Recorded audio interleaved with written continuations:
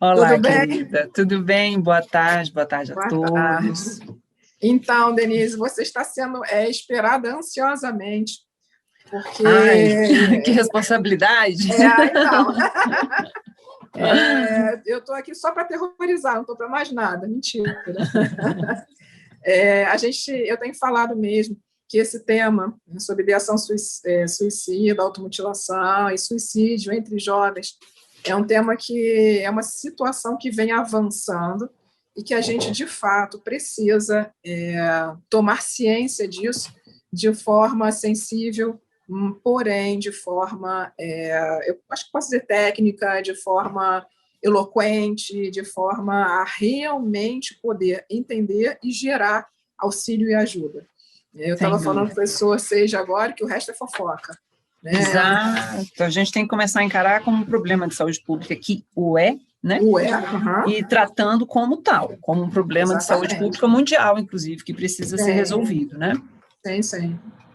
Eu sempre peço aos meus amigos, aos palestrantes, para que eles possam se apresentar. Eu falo sempre a mesma coisa, vou falar para você também, porque aí eu começo a falar dos palestrantes, tanta coisa boa, que eu ocupo quase o tempo de palestra da pessoa. Então, se você puder se apresentar... Claro, você é muito gentil, querida.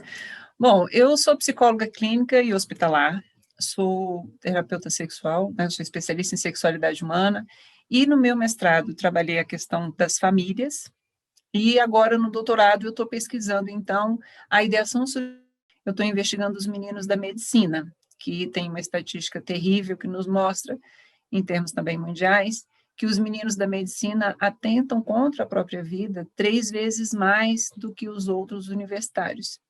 Então, esse dado muito me chamou a atenção e eu resolvi investigar afunilar, né, o meu doutorado na área, então, dos meninos da medicina. Mas, de maneira geral, eu tenho estudado e me dedicado muito ao estudo do suicídio entre jovens. Legal. A gente tem falado que o índice de automutilação e suicídio entre os jovens tem aumentado vertiginosamente. Assim, os movimentos em saúde mental, inclusive os atendimentos públicos, os estudos têm também se voltado para isso de forma urgente, para que a gente possa estabelecer algum protocolo, algum processo que, de fato, possa auxiliar nesse momento. Eu gostaria, Denise, que, se você puder, orientar a gente sobre, de fato, o que é automutilação, né? O que você tem entendido, o que você tem estudado, por que os jovens, se é verdade, vamos deixar a questão, né? Se é verdade que os jovens estão realmente avançando nesse processo, vamos começar a falar sobre isso, né? Para organizar o meu pensamento, eu montei uma apresentação com 10 slides, e se for possível, eu gostaria de... Podemos seguir por ele? Ótimo. Então tá bom. Eu vou sair daqui para você poder ficar em tela grande aí, tá? Tá ótimo, então. Obrigada, querida. Então, nós vamos falar sobre automutilação, suicídio e jovens, né? Um tema que a gente realmente precisa pensar junto a respeito. Bom, não tem como a gente falar do jovem, falar das questões de automutilação e suicídio, sem a gente pensar o momento social que a gente está vivendo, né? Então, a gente aqui, sociedade pós-moderna, que é considerado pós-moderna ali a partir dos anos 80, né, até os dias atuais, nós somos caracterizados pela globalização, pelo consumismo e pelo domínio capitalista. O que isso influencia no nosso ser estar no mundo? Influencia que, ultimamente, tem sido muito mais importante ter do que ser. E aí, vamos junto, vamos lá. Vários autores estudam essa questão o Bauman usa o termo chamado, que ele denomina liquidez, né, que a gente vive num tempo de liquidez amorosa, liquidez social, liquidez familiar, e isso implica em estarmos muito mais sensíveis, muito mais vulneráveis à forma como a gente se vincula ao outro, porque tudo é muito superficial, tudo é muito rápido, tudo é muito líquido, para usar lá o termo dele, né?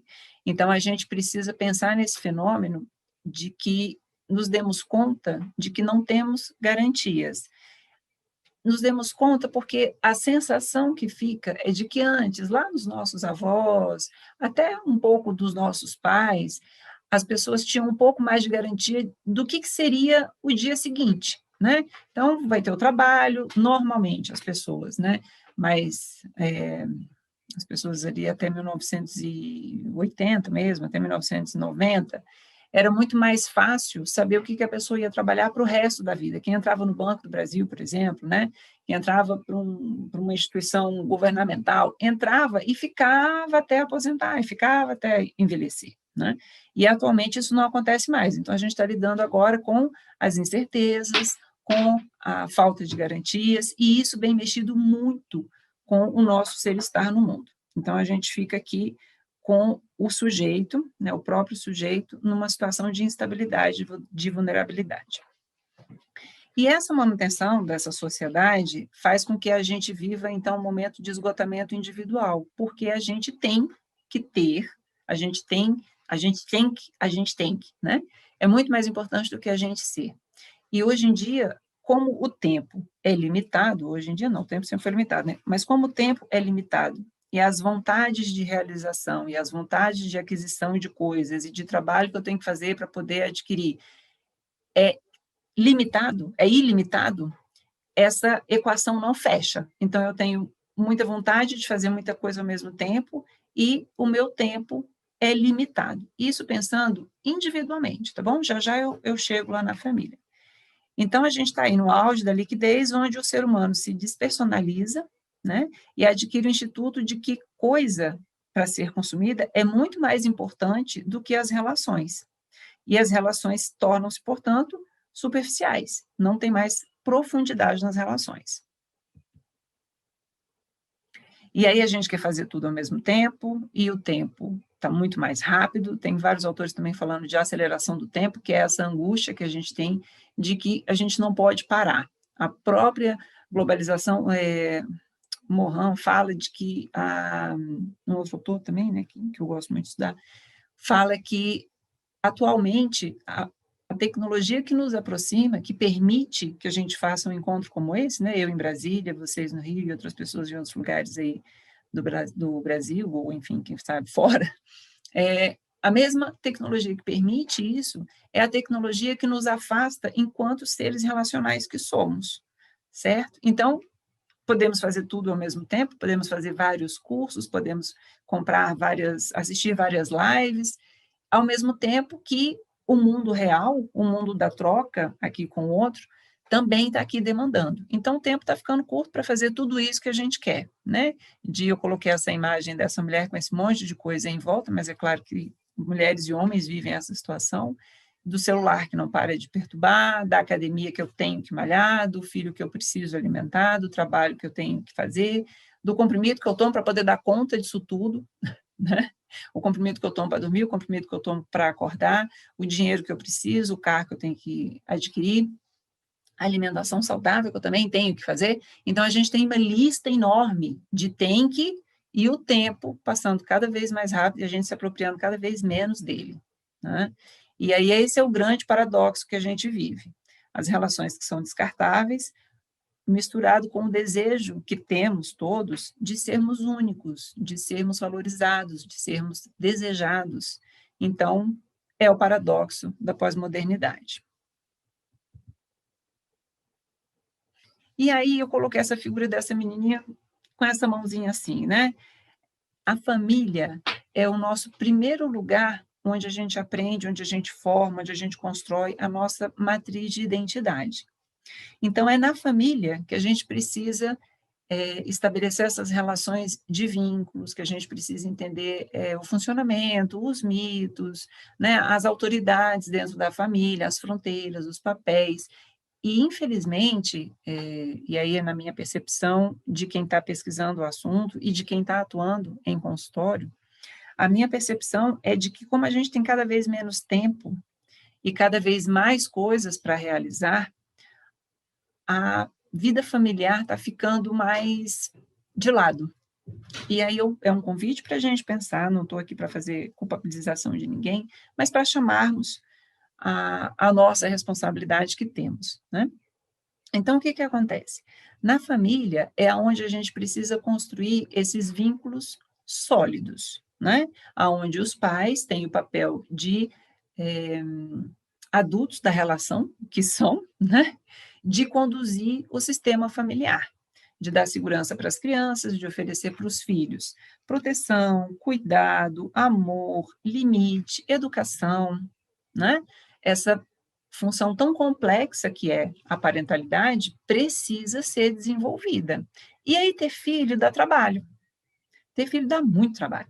E a gente quer continuar fazendo as outras coisas que a gente fazia antes, né? Eu tenho acompanhado algumas pessoas no consultório que, assim, tudo bem voltar a malhar, tudo bem voltar a sair, né? A sair nem tanto, que a gente está em pandemia, mas voltar a encontrar com algumas pessoas próximas, porque a maternidade é exigente, a paternidade é exigente, mas é como se o filho atrapalhasse, sabe? Eu preciso ir malhar, eu preciso trabalhar, eu estou em casa, em home office, e meu filho me demanda.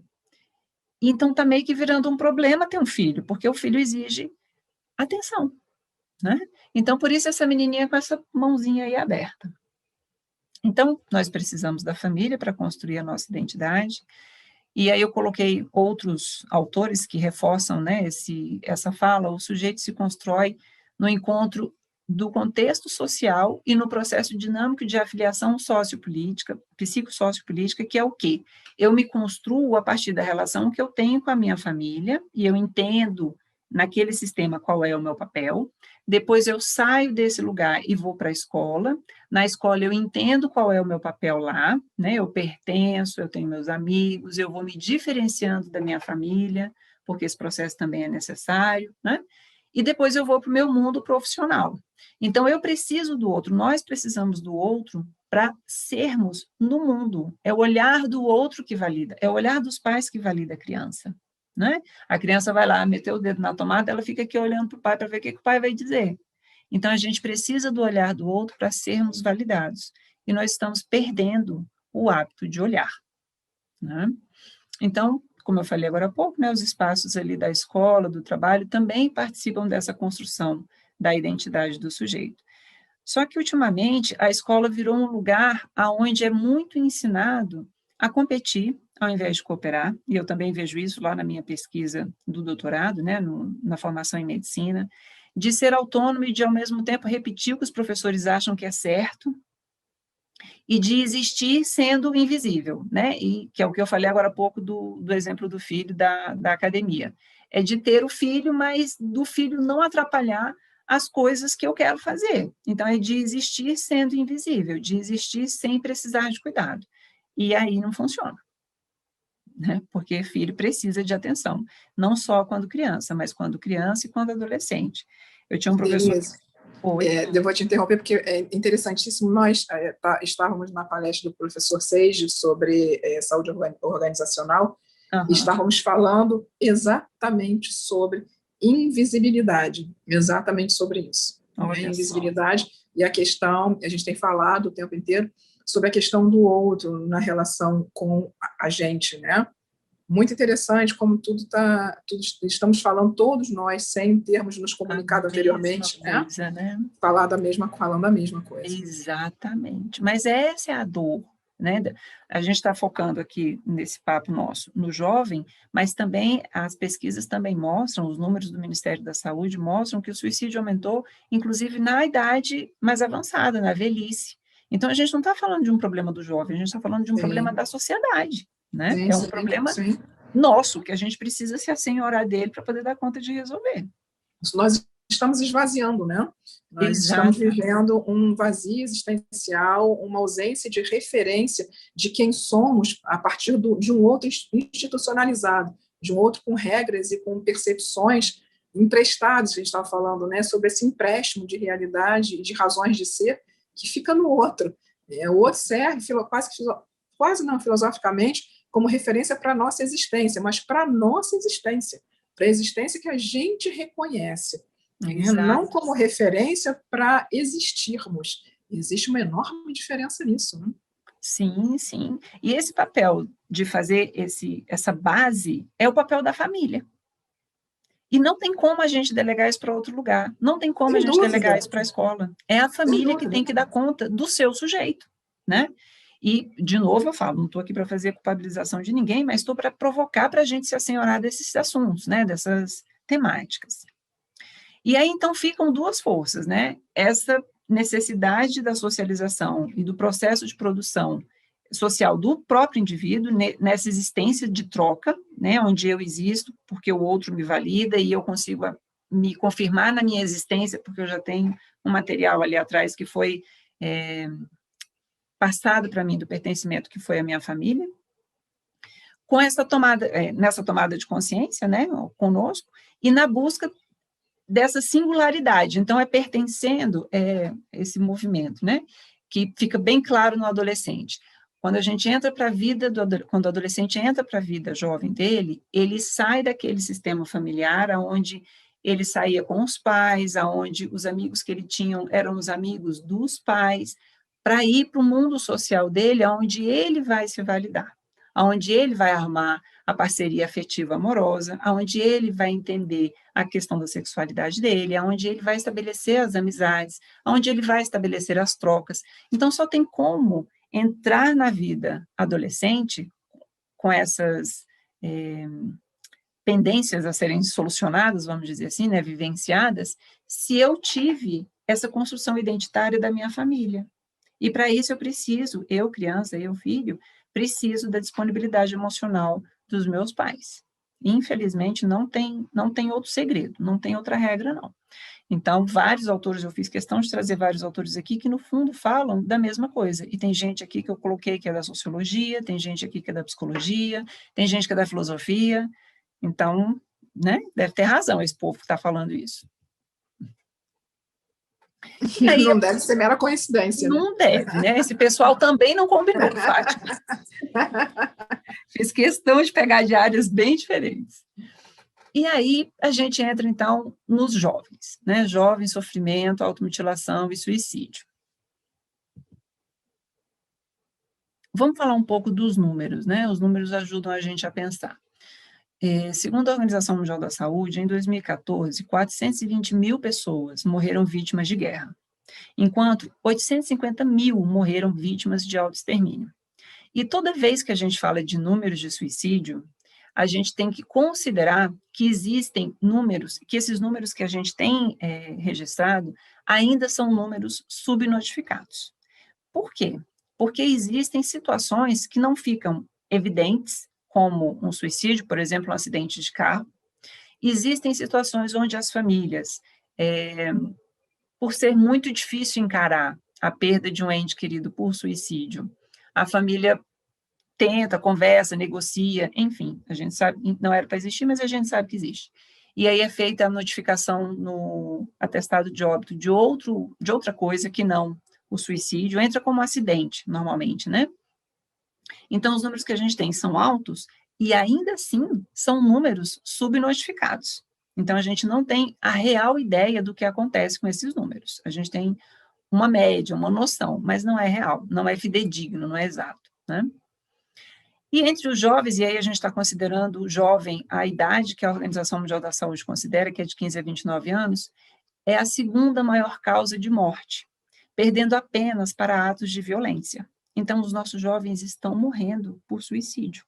Não é uma impressão, né? De novo, se eu volto lá nos dados do Ministério da Saúde, que eu falei agora há pouco, o último lançamento deles foi em 2018. Então, foi feito um comparativo do ano de 2008 até de 10 anos, né? Até o ano de 2018.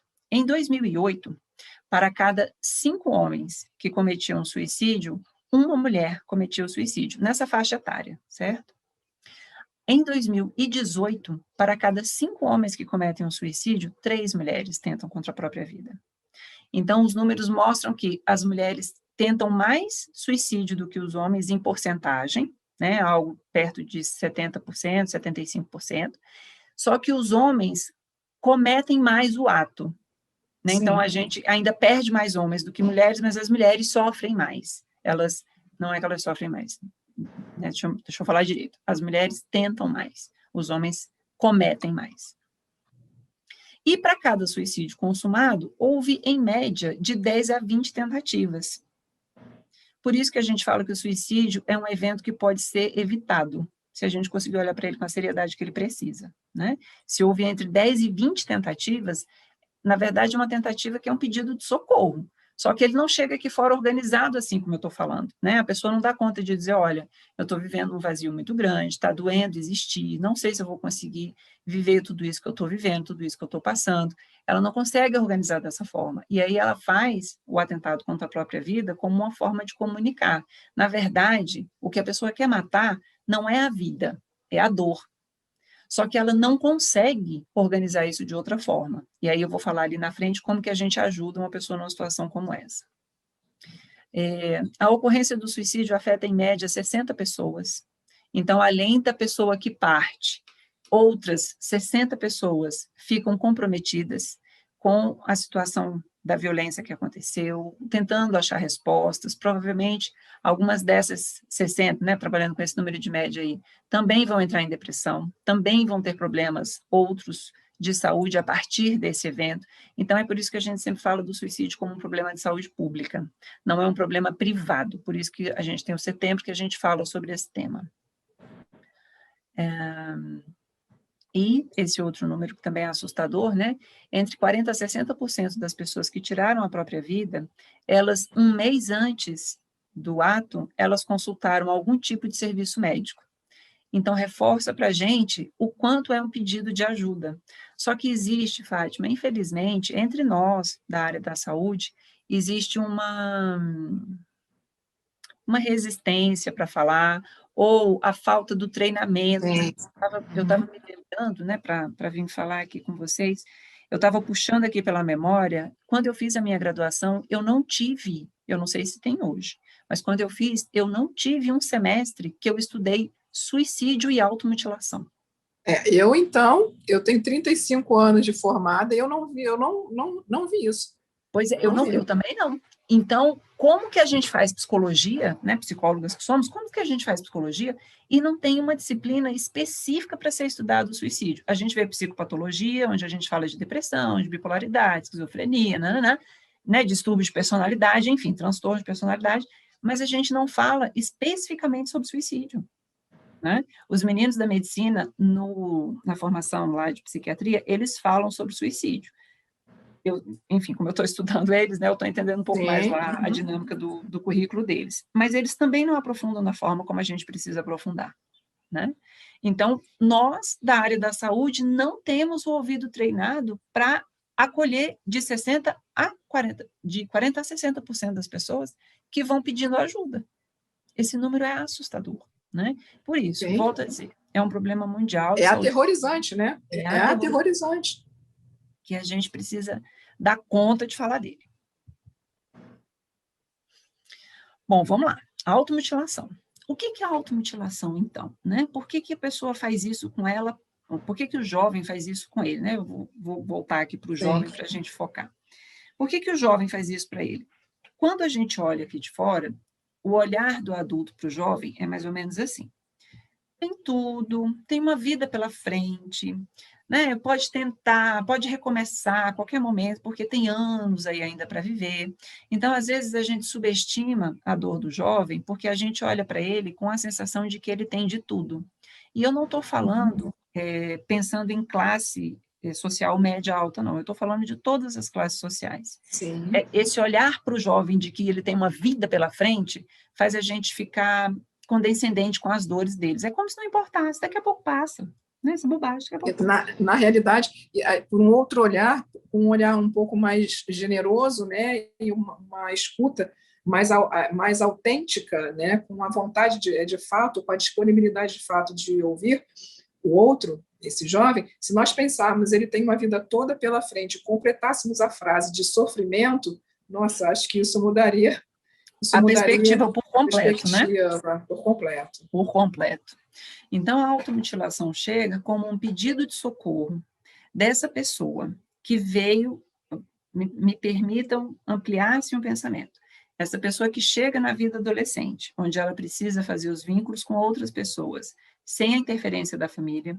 Ela precisa entrar em contato com todas as mudanças que estão acontecendo no corpo dela, né? Se a gente pensa em termos de desenvolvimento, a fase da adolescência, a puberdade da adolescência, é a fase mais difícil que a gente vive, em termos químicos, orgânicos, porque tudo acontece ao mesmo tempo. É essa mesma pessoa que vai se descobrir com relação à própria sexualidade, que vai refazer os vínculos com a própria família, porque o ciclo de vida mudou aí um tanto, continua sendo filho, continua sendo dependente, mas mudou um tanto a perspectiva do vínculo. É diferente ser uma mãe de um menininho de 2 anos e ser uma mãe de um rapazinho de 12. Eu não posso tratar do mesmo jeito, né? Então, esse crescimento dentro do ciclo familiar precisa ir acontecendo. E na adolescência, começam todas as expectativas. Com quem você vai namorar, com quem você vai ser amigo, o que você vai fazer quando você for fazer vestibular, com que você vai trabalhar. As expectativas familiares em cima desse sujeito triplicam, porque começam, então, essas perguntas, né? Esses questionamentos. Então, a pessoa que não está com alicerce bem estabelecido, ela não dá conta de lidar com tudo isso. E ela nem sabe dizer o que ela não dá conta.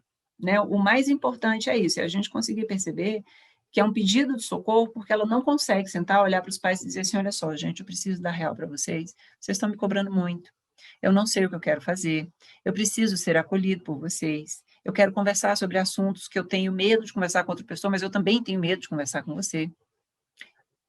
Eles não têm essa organização. Vamos lá, lembra de quando você tinha 12, 13, 15 anos, você dava conta de sentar com seus pais para ter conversas profundas? Não, muito provavelmente não, né? Então, a gente precisa entender que é um pedido de socorro. E ele aparece no corpo, especialmente nos braços, né? Aqui nessa parte dos braços, na barriga, porque na barriga fica mais fácil de esconder, e nas coxas. Esse corte clássico, né? De passar o estilete ou de passar a faca no próprio corpo. E aí, quando acontece isso, vários relatos mostram isso. Quando o jovem passa o estilete assim no braço, quando ele olha ali o sangue, ele tem 2 certezas. Uma, que ele conseguiu transferir a dor que estava doendo aqui dentro para esse lugar, que agora está doendo físico, né? A dor que estava, a angústia que estava aqui dentro, passa um tanto da dor para cá. E outra é que ele está vivo, porque ele vê o sangue. Então, por isso que são sucessivos cortes. Observa a estratégia? Na verdade, é um pedido de socorro e uma tentativa de ter certeza, primeiro, de que está vivo e de que tem como ter alívio da dor que ele está sentindo. Então, é uma dor física que se constrói, né, que traz a sensação, a certeza de que ele está vivo, eu digitei errado ali. E aí vira, sim, um sinal de alerta para os familiares e para os professores, porque, diferentemente do que a gente vê no senso comum, o adolescente que faz isso, ele não está querendo chamar atenção. Quer dizer, ele até está querendo chamar atenção, porque ele está tentando dar uma notícia que ele não consegue dar, né? Mas não é uma coisa assim de charme, não é uma coisa provocativa, né? Ah, eu vou fazer só para sacanear. Não, não é isso. É um pedido de socorro que não se constrói. Imagine, Fátima, como a gente é exigente, né? Eu fico pensando na nossa postura enquanto familiares, educadores. Vejo várias pessoas dizendo que quando uma criança faz pirraça, imagine uma criança de 4, 5 anos, que faz uma pirraça, se joga no chão e pinta e borda, vai no meio do shopping, na frente de todo mundo, e os pais falam assim, agora você fez isso, é feio, você vai lá para o cantinho do pensamento e fique lá com sua dor até você parar de chorar. E a gente acha que a gente está educando. Aí, se do mesmo jeito chega um amigo lá dos seus 40 anos, que trabalha, que paga as contas, que já estudou, que cognitivamente é uma pessoa desenvolvida, intelectualmente é uma pessoa desenvolvida, e chega com um problema muito grande, e fala que está com medo, e chora, e se desespera, a nossa atitude é qual? Vem cá, amigo, senta aqui, toma uma água, isso vai passar, isso é uma fase, não se preocupe. Então, olha a loucura que a gente constrói, Fátima, para uma criança de 4 anos, 5 anos, 7 anos, que não tem plenamente desenvolvido toda a cognição, toda a intelectual, toda a parte emocional, que não tem recursos, inclusive. A gente fala, você vai lá para o cantinho do pensamento, fica quieto, engole o choro, e quando você terminar de chorar, você vem falar comigo. Para o meu amigo, que é profissional, que trabalha, que paga as contas, que é casado, que tem filho, que não sei o quê, eu falo, vem cá, meu amigo, olha só, vamos tomar uma água, vamos tomar um chopp, isso vai passar, Calma. tenha calma, é uma fase. E por que que a gente faz isso, Fátima? Porque o mundo anda muito acelerado. É difícil parar para olhar a dor. Não sei, você tem filho, Fátima? Tenho. Tem, pois é. Então, mães que somos, né? A gente olha para os filhos com uma vontade, assim, de ir lá e fazer tudo dar certo na vida dele, para que ele não sinta dor nenhuma. Uhum. Porque Substituí-los. isso, nossa, que dor em mim, né? Que não dor nele.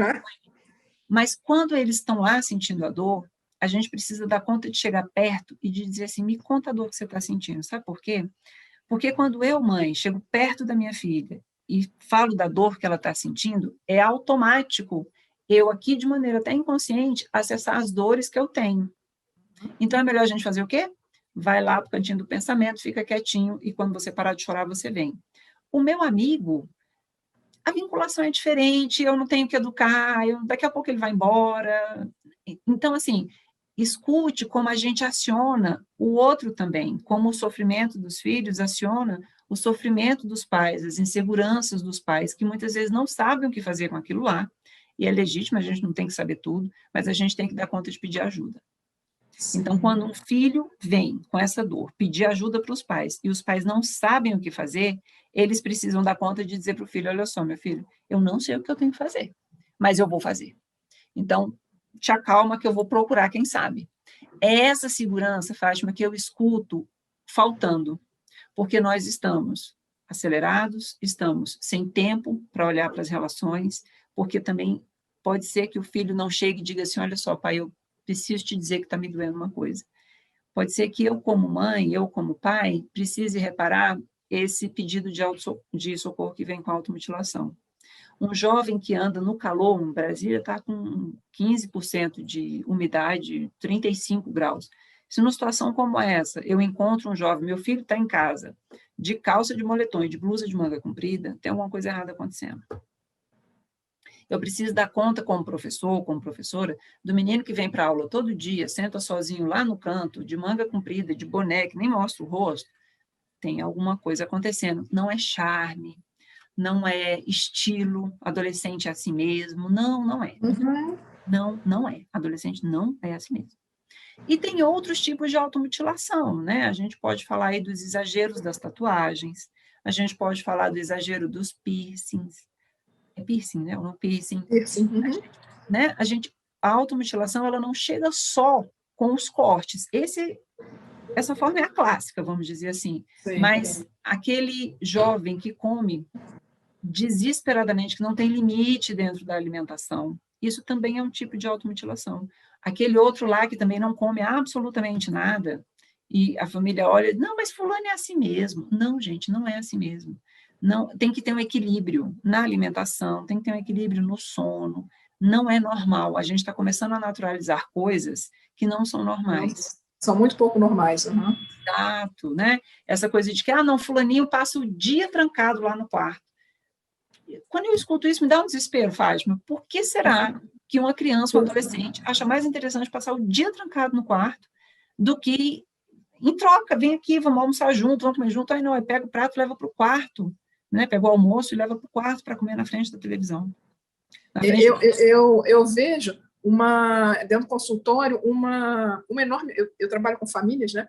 Uma enorme autocrítica que é impeditiva de qualquer tipo de ato de gentileza com os que estão próximos. Como é uma sensação de insuficiência, de não ser suficientemente bom. Só que quando a gente pergunta para a pessoa o que seria ser suficientemente bom para o seu filho, que não ser apenas você. Só que quando a gente volta essa pergunta para a pessoa está perdida dela mesma. Exatamente. Ela é só um personagem. Ela é só um personagem. Exatamente. É esse o desespero que a gente olha, né, para quem trabalha com saúde, quem trabalha com criança, né, a criança vem para o consultório para fazer terapia, a gente olha e entende a necessidade desses pais terem um espaço para fazer terapia. Criança é sintoma de família, né? Exatamente. A criança está denunciando algo que está errado, né? Mas aí dá trabalho, né, Fátima? Parar, Uhum. olhar, reconhecer que fez escolhas que podem não ter sido as melhores, recomeçar, né? Aí, enfim, por isso que aciona as dores, então, dos pais, né? Aham. Eles viveram e vivem, né? E aí, voltemos, então, a pensar nos jovens. Eu também fiz questão de trazer outros autores aqui para ajudar a gente. O Angerami, que é um grande autor que fala sobre suicídio, que pesquisa muito sobre suicídio, ele fala dessa questão das mudanças sociais, né, de como a gente está se relacionando enquanto sociedade, e aí inclui os benefícios, as oportunidades, as novas formas de vinculação, deveres e obrigações, que têm causado, então, sofrimento em todos. Essa aceleração, essa liquidez que eu falei, né, tem causado sofrimento em todos. Agora, imagine no jovem, que é incapaz de lidar com esses desafios, quando ele olha, então, para os pais, e ele não consegue entender esse amparo, né, esse acolhimento, se ele percebe os pais em desespero, e ele não consegue perceber o acolhimento dele, ele pode sim ver na morte a solução dessa realidade, um lugar seguro para essa realidade, essa fuga, né? Em outro artigo também a gente falou sobre isso, né, que as mudanças biológicas, psicológicas, relacionais, elas acontecem ao mesmo tempo na juventude, na fase jovem adulta. E há essa contradição, né? A gente precisa, por isso que eu falo do ciclo familiar, a gente precisa dar conta, enquanto pais, de crescer no ciclo familiar junto com os filhos, porque os jovens, ora, são tratados como adultos, né? Você já tem tantos anos, você tem obrigação de fazer isso, você tem obrigação de fazer aquilo, e horas são tratados como crianças. Não, você não vai fazer isso, porque você ainda não tem autonomia para tanto. Então, a gente fica num discurso super paradoxal e não consegue localizar, porque nós, na nossa confusão interna, não conseguimos, a gente não consegue trazer aqui para fora a fronteira, o limite para esse adolescente sobreviver, né? Então, tem alguns exemplos que eu uso quando eu atendo pais, quando eu faço orientação para pais, que são exemplos relativamente simples, mas que fazem muita diferença na vida do jovem. Por exemplo, eu quero ir no cinema com os meus amigos, né? Naquele tempo, lá atrás, lembra quando a gente podia ir no cinema? Eu quero ir no cinema com meus amigos, né? Então tá, você quer ir no cinema? Então você vai estar com o seu dever de casa pronto na sexta-feira, você vai estar com o seu quarto arrumado, com as suas roupas guardadas, porque são coisas compatíveis com 12, 13, 15 anos, sem sombra de dúvida. Agora, eu não posso dizer para ele, você vai fazer os relatórios em planilha de Excel e vai me entregar para você poder ir. Hã? Né? Tem que ter compatibilidade com o que eu peço e com a idade do filho, né, do jovem. E aí eu faço esse pré-combinado, então quando ele vai falar comigo, ele fala assim, mãe, eu posso ir então no cinema? Eu posso olhar para ele com toda a tranquilidade do mundo e dizer, você fez seu dever de casa? Você está com o seu quarto armado como a gente combinou? Você fez a sua parte? Fiz. Ah, então tá bom, então você vai lá. Eu te deixo e eu te busco. Mas a gente quer o quê? A gente quer que isso fique pronto. A gente não quer ter trabalho de buscar filho de madrugada em festa. Naquele tempo lá, né, que acontecia. Uhum. A gente não quer ter trabalho de buscar o filho em festa. Gente, quando a gente busca filho em festa, ele entra no carro, você sente o cheiro, você olha nos olhos, você traz ele para casa, você escuta o que aconteceu. Então, participar da vida do jovem, eu tenho uma bronca de quem fala aborrecente, Fátima. Eu tenho uma bronca. Porque participar da vida do jovem dá trabalho, e ele demanda muito mais do que uma criança no sentido afetivo, né? No sentido de questionar. Da construção. Exato. Então, ele questiona. Então, você não pode beber porque você é menor de idade. Ah, mas o fulano bebe. Mas eu não sou mãe de fulano, eu sou mãe sua. E você não vai beber? Por isso, por isso, por isso, por isso, por isso, por isso, por isso. Agora, como é que eu falo, Fátima? Você não vai beber por causa desse monte de coisa que eu falei aqui agora? E todo final de semana eu caio de pileque. Sim. Então, olha como é complexo, né? Não é assim, botar meu filho na melhor escola que tem, ele vai passar em primeiro lugar, porque o sonho em primeiro lugar também é outra coisa que eu não entendo, né? Vai passar em primeiro lugar no vestibular, e aí? Pergunta para quem já passou em primeiro lugar no vestibular, quantas vezes ele usou essa informação na vida. Assim, oi, tudo bem? Meu nome é Denise. Quando eu fiz faculdade, eu passei em primeiro lugar no vestibular. Sim. Sabe assim? Né? E aí, então, a gente fica com dois grupos que os autores consideram, então, a OMS também usa essa classificação, né, 2 grupos de risco para o suicídio. Tem a predisposição, que inclui aí as famílias instáveis, as famílias abandonadoras, as famílias rígidas, as famílias ausentes, as famílias que não se importam, as doenças mentais e o ambiente educacional inadequado. E aí eu estou pensando em bullying, e aí a escola realmente tem um papel importantíssimo, os professores têm um papel importantíssimo na formação desses jovens, de dar conta de fazer as intervenções quando elas são necessárias, né? Eu incluiria também aqui, Fátima, famílias que já têm históricos de suicídio. Sim. Né? Eu não está entre os temas elencados pelos autores que eu coloquei aqui, mas famílias com histórico de suicídio são famílias para a gente ter mais atenção, sim. Né? Porque aí, gera a alternativa como real possibilidade, né? Exato, exatamente. E ainda tem o problema de que quando tem suicídios na família, de avós, de tios, vira aquele assunto do como falamos. Ah, morreu de quê? Né? Quando a gente vai montar genograma, que a gente está com família ou com casal, e a gente começa a perceber muito enrolar para falar sobre algumas mortes, você pode suspeitar que ele teve um suicídio, porque virou assunto do qual não falamos. Né? E aí sim os gatilhos, sendo esses últimos sempre sociais. Então, a pessoa que tira a vida, ela não tira a vida porque a namorada terminou o namoro. Ela não tira a vida porque ela tirou nota baixa em matemática. O jovem. Ele não tira a vida porque ele não passou no vestibular. Isso vira gatilho. Mas o que acontecia antes é o que vai dizer se ele vai cometer ou não esse suicídio. Essa tentativa. A dor que existia, né? Exatamente. Ela tem o gatilho aqui fora, mas isso é anterior. Antes de terminar o namoro, já tinha alguma coisa doendo demais ali dentro, né? E aí eu também achei interessante citar esse estudo que fala da saúde mental, né? A gente precisa ter muita atenção com a depressão.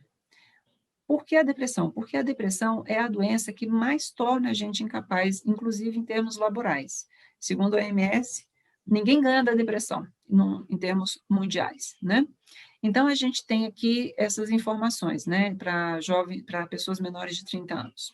Foi uma revisão que eles fizeram.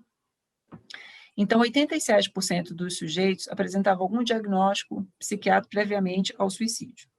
43% apresentavam transtorno de humor, 27% usavam substâncias e 16% transtorno de personalidade. Quando a gente fala em suicídio, alinhados com episódios depressivos, a gente está falando em 74%, né, do episódio de depressão grave, que é o que realmente leva ao suicídio, né? E 18% se relacionava ao segundo episódio relacionado à depressão. Então, por que a depressão, a ansiedade é terrível, e com essa coisa da Covid, com essa pandemia da Covid, estourou, os picos de ansiedade, crise de pânico estão aparecendo cada vez mais, mas é a depressão que leva a pessoa a pensar no suicídio como alternativa. Então, o que eu preciso pensar sobre a depressão, né? Quais são os sintomas que eu preciso estar atento? Primeiro, é preciso a gente estar atento de que ninguém acorda de um dia para o outro num quadro de depressão grave. A depressão, ela vai num crescente, ela tem a categoria, vamos dizer assim, leve, moderada e grave. Então, ninguém acorda um dia e, pum, está na grave. Isso é um crescente, né? Mas a gente tem muito medo de dar importância para a vida mental, para a saúde mental. Então, o que eu preciso ficar alerta, né? O que eu preciso prestar atenção? Pessoas que dormem de mais ou de menos, comem de mais ou de menos, jovens que trocam agora o dia pela noite, isso causa muita preocupação, porque tem outros desdobramentos na saúde física, não dormir no horário certo, a gente produz o hormônio do crescimento, o hormônio que metaboliza o nosso organismo, ele é produzido das 23 horas às 3 da manhã, que é o período que eu tenho visto mais jovem ficar acordado. Né? Não sei se você acompanha também. Sim, estou acompanhando. Né? Então, muito por conta do movimento da internet, né? Sim. Das redes sociais. E é justo o horário que a gente precisa estar dormindo. Não só os jovens, né? Mas no jovem ainda tem esse agravante do desenvolvimento, que ele ainda se encontra, né? O corpo precisa metabolizar as coisas que acontecem durante o dia, enfim, precisa liberar hormônio para crescimento. Então, a gente tem o sono como marcador importante, a alimentação como marcador importante, o entusiasmo. Jovens são entusiastas, eles estão com os hormônios a mil. Se tem um jovem que está mais quieto, que não quer socializar, que não tem vínculos fora da família, é um jovem que a gente precisa olhar para ele com atenção. Essa coisa que eu comentei agora há pouco, né, de que é mais interessante ficar dentro do quarto o dia todo do que sair para vir comer com a família, sair para conversar nos horários das refeições, que seja, né? Enfim, tem alguma coisa que está acontecendo. As pessoas que perdem prazer. Então, um jovem que antes adorava jogar futebol e de uma hora para outra, e de novo, de uma hora para outra, entre aspas, porque não é de uma hora para outra, de uma hora para outra, ele perde completamente o interesse. São coisas que são sintomas que devem nos deixar atentos, sim. E eu volto lá no começo da apresentação. A gente está vivendo num mundo tão rápido, com tanta coisa para fazer, com tanta coisa para comprar, com tanta coisa para consumir, que a gente não tem tempo, Fátima, de olhar com esse olhar para os nossos filhos. Porque a gente já está botando numa escola boa, porque a gente já está botando com um esporte que ele tem que gostar, que ele tem que fazer, que eu decidi que ele vai gostar, que ele vai fazer. Então, assim, eu já estou fazendo a minha parte. Sim, você está fazendo a sua parte, mas você tem que fazer mais um pouquinho, porque ser pai e mãe é um trabalho danado. Porque a nossa parte não é simplesmente livrar-se, a nossa parte é envolver-se, é oposto a isso. Exatamente. Então, você paga educação boa, você paga um plano de saúde bom, você proporciona, né? Ótimo, maravilha, mas não acaba aí a sua missão. Né? Sem falar, né, não sei como é que está o nosso tempo, mas sem falar das famílias envolvidas com álcool, com violência doméstica, o impacto que isso tem nos jovens, né? A impotência que eles ficam frente a essas situações que eles não podem ajudar os pais, a mãe, o pai a resolver, enfim. E aí, como ajudar, né? Que é bem o que eu estava falando agora há pouco, ficando atento. Não tem como delegar a educação dos filhos, a gente, a hora que assume que a gente fica grávido, não interessa se foi desejado de maneira consciente ou inconsciente, enfim, quem tem relação sexual sabe do risco que está correndo de uma gravidez. Então, a partir do momento que a gente fica grávido, que a gente tem os filhos, a gente não tem como declinar do convite. E a sociedade está muito adoecida, o tempo está muito rápido, o tem que está muito forte, e a gente, como família, então, precisa dar conta de fazer esse contorno no jovem com alguma proteção. A gente não tem como proteger de tudo, mas a gente tem que dar conta de oferecer chão. Para ele dizendo assim, ó, estou aqui, o que você precisar, eu estou aqui. E muitas vezes eu preciso me antecipar à necessidade dele. E aí só o olhar atento permite fazer isso. Então a gente ajuda assim, pegando na mão, conversando. Se você não der conta de ajudar, se você não souber o que fazer, procure ajuda, seja honesto, diga, olha, eu não sei o que fazer. Importantíssimo, mas eu vou procurar, né? Eu não tenho que saber de tudo, né, Fátima? Os pais também carregam essa fantasia, né? Ai, mas eu não sei de tudo, mas não tem que saber mesmo. Sim, era o que a gente estava falando, né? Esse sentimento de insuficiência, né? Esse sentido de não ser suficientemente bom e não ter noção do que representa ser suficientemente bom, porque isso é uma visão absolutamente individual e particular, dentro das competências daquilo que a gente consegue ser, né, dentro da nossa existência, e a gente precisa encontrar limites, porque encontrar limites é o melhor processo no ato de educar. Exato. E precisa dar conta de fazer essa contenção, né, amorosa, sim, e não de ter medo de fazer os limites. Mas é isso, mas dá trabalho, né? Sim. Aí você tem que ir lá, tem que olhar o dever de casa, tem que levantar de madrugada para ir buscar em festa, tem que dedicar. Não tem jeito, não tem como declinar do convite, né? Sim. A Marta colocou assim, acho que não entendi, de que cálculo saiu a média de 60 pessoas que se suicidam? 70 em quanto? Aí ela botou, se entendi bem, você falou em socialização na adolescência por 2 vezes. Não está ocorrendo a socialização a partir da infância? Então, não são feitos vínculos de infância? Que procuraram ajuda no mês anterior, é isso? A outra pergunta é ela, se eu entendi bem, você falou em socialização na adolescência por 2 vezes. Não está ocorrendo a socialização a partir da infância? Esses vínculos de amigos de infância não estão sendo feitos? Ah, certo. Não, na verdade, Marta, o que eu provoco sobre a socialização é no sentido de que ele tem, o adolescente, a criança, né, ou ali na puberdade, na adolescência, eles têm que fazer esse movimento de ir para o mundo social deles, que não é mais o mundo social dos pais. Então, assim, eu vou encontrar com os meus amigos, com os meus amiguinhos, né, vou falar assim para diferenciar, que são diferentes dos amiguinhos que eu saía quando eu saía com meu pai e com a minha mãe, que tinham os filhos lá dos amigos, né? Então, eu vou socializar por minha conta e risco.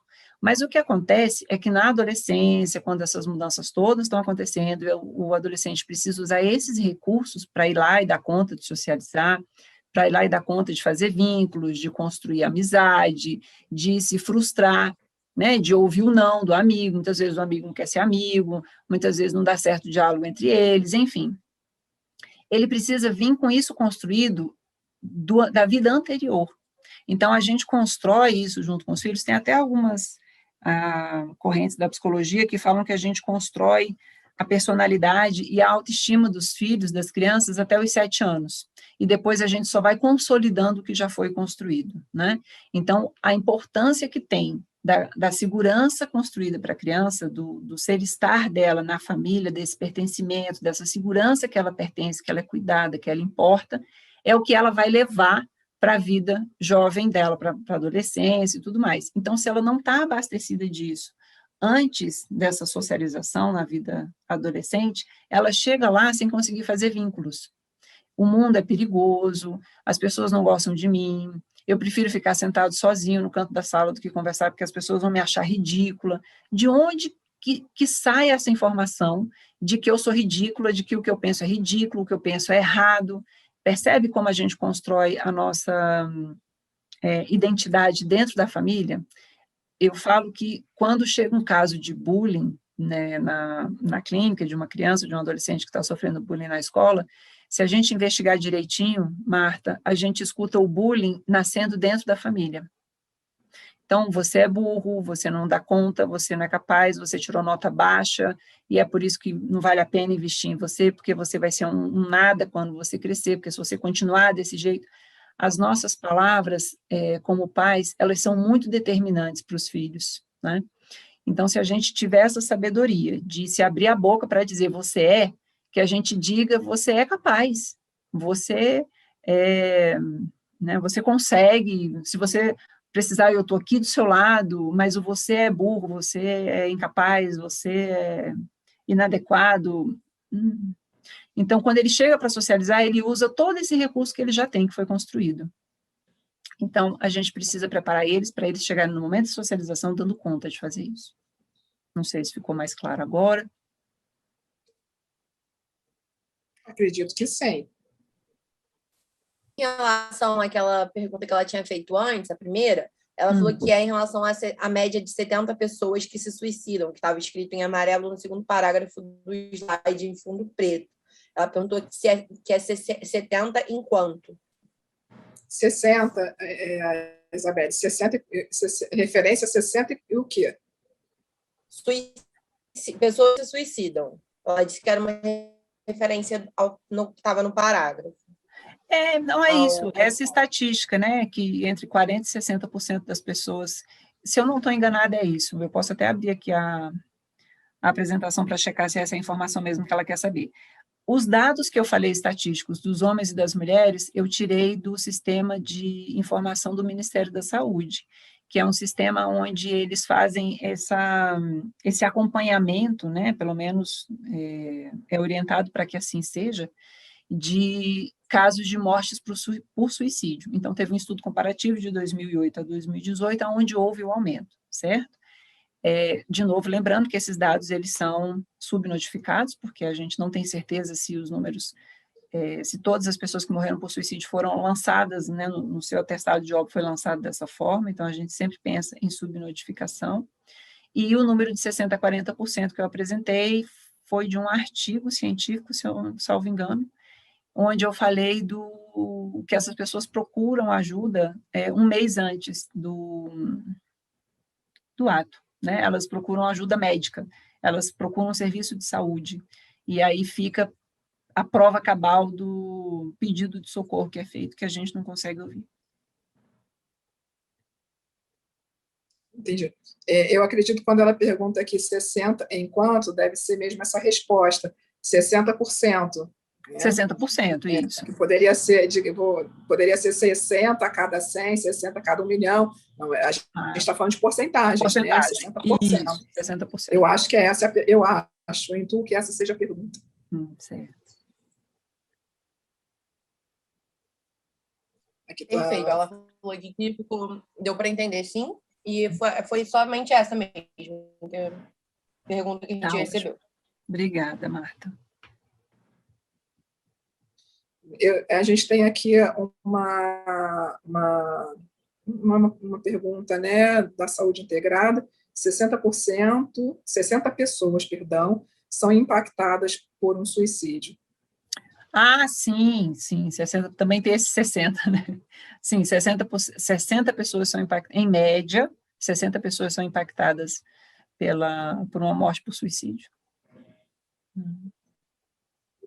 Eu acho que a gente chega ao fim da nossa, infelizmente, né, porque a gente podia se organizar e dar um curso, assim, de muitas horas, né, porque o que você falou sobre essa lacuna que existe entre os profissionais da área de saúde, eu não me restringiria somente à área da psicologia, né, mas a área de saúde, de uma forma geral, nas emergências, nos consultórios, os médicos pediatras, que muitas vezes são eles que noticiam no exame clínico, né, que noticiam aqueles traumas, que noticiam aquelas cicatrizes aos responsáveis. Como notificar isso?